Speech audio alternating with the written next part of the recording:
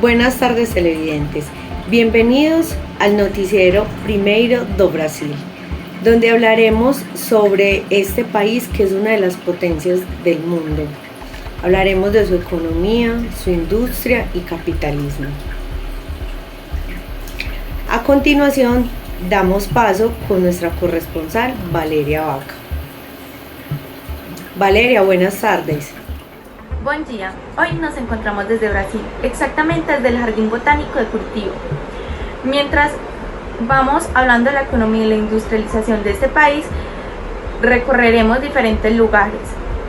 Brasil, siendo el país más grande de América Latina, abarcando una superficie de alrededor de 8.5 millones de kilómetros cuadrados, cuenta con una población de 212.6 millones de habitantes.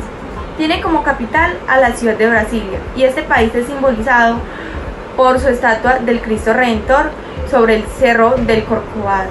Doy paso a mi compañera Luisa. Muchas gracias, Valeria. En este momento nos encontramos en los estudios de nuestro noticiero que quedan ubicados en Manaus. Desde acá les voy a contar que la industrialización de esta nación no únicamente asume una forma de sustitución de productos manufacturados nacionales, sino también significa el reemplazo de la importación de máquinas, productos intermediarios y materias primas industrializadas.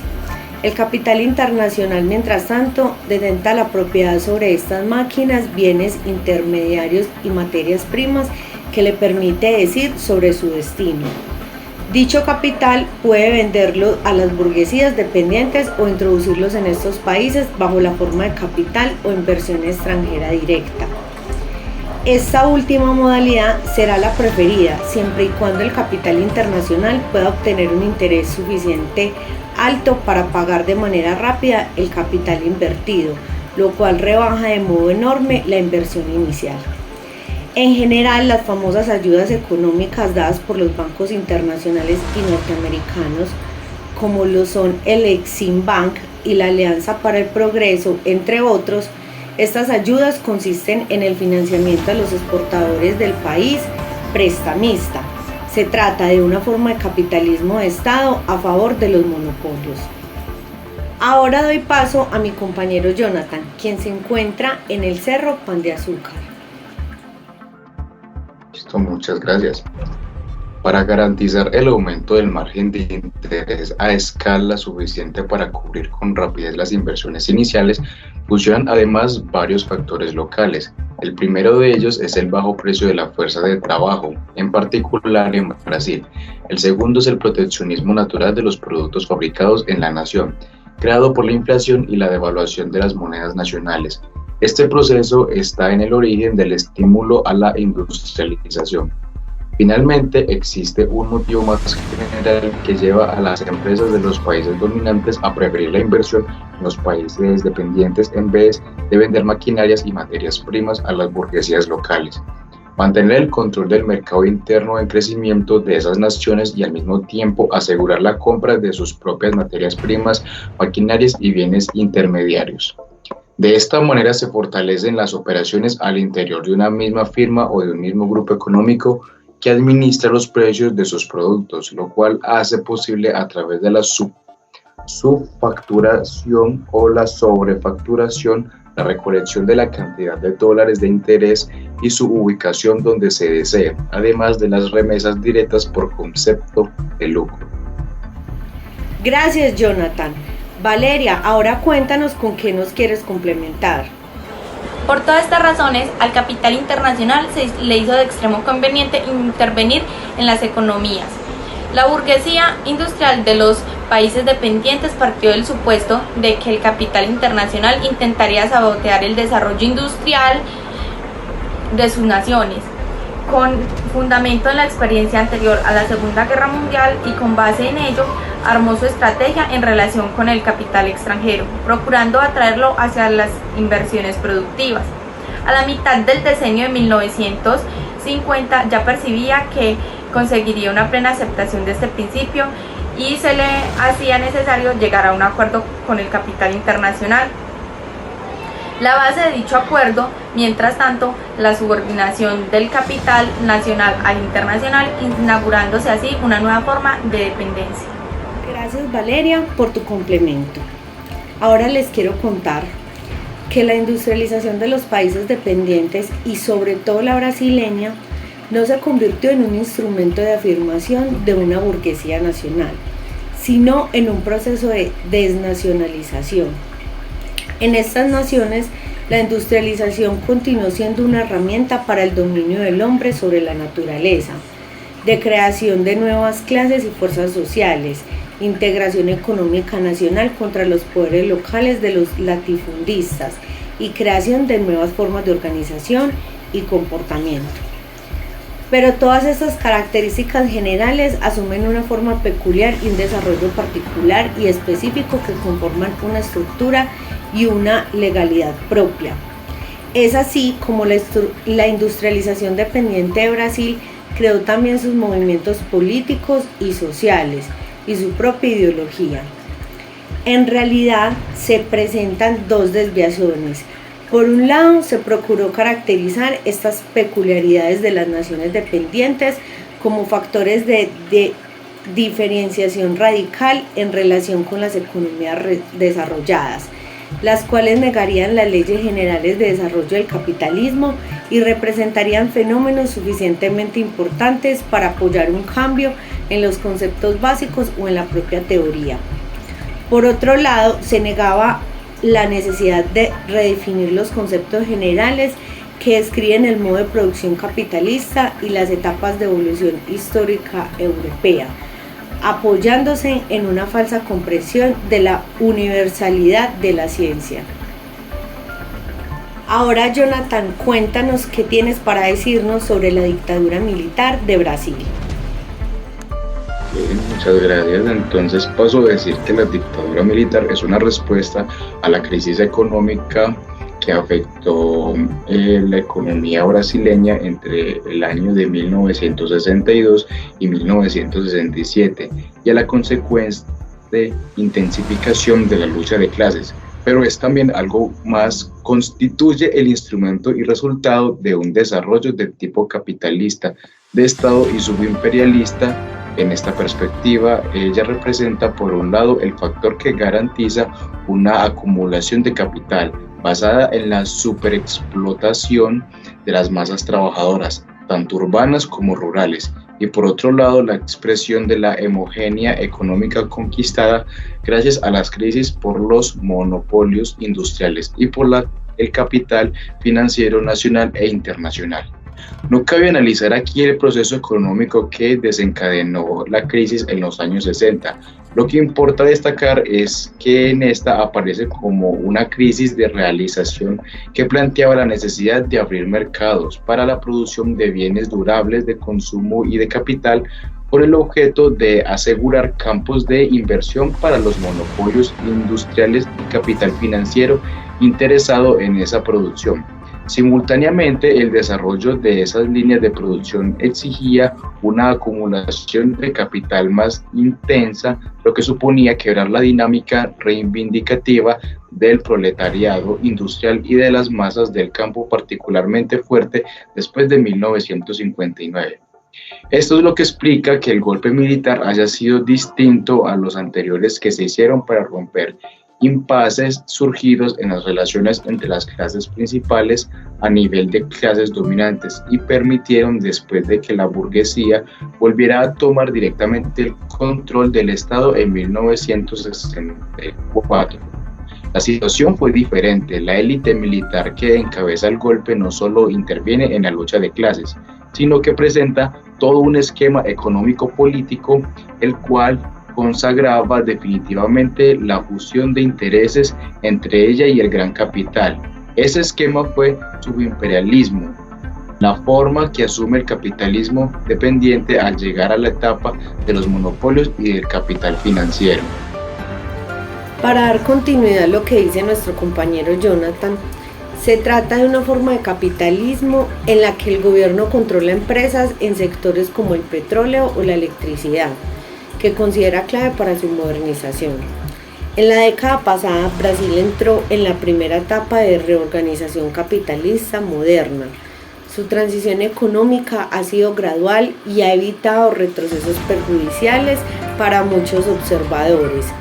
Brasil parece salir de 20 años de estancamiento económico o inestabilidad política. Muchas gracias, Luisa. ¿Qué tal? Mi nombre es Sebastián Castaño Última y les dirijo desde las escalas monumentales de Río de Janeiro.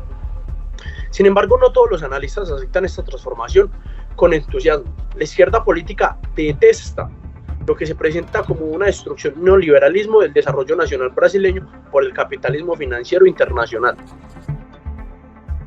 Pero todos están de acuerdo con que el cambio se está produciendo. Como señala la historia de Ricardo Riccovich, el actual modelo económico de Brasil es radicalmente distinto al anterior. En la nueva economía, los inversores tienen libertad para tomar sus decisiones según evoluciona lo del mercado.